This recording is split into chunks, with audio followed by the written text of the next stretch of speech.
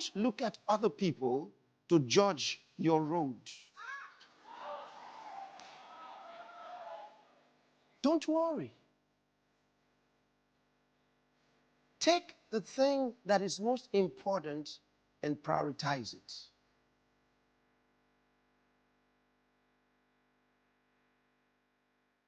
You give your heart to God's word. You give your mind, your thinking. See, don't allow your mind be this mind you've been growing with. No.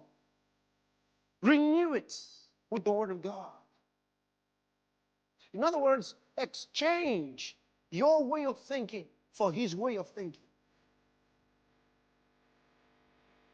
Give up your way of thinking. Accept his way of thinking. You'll be amazed at the growth that you'll experience in your life.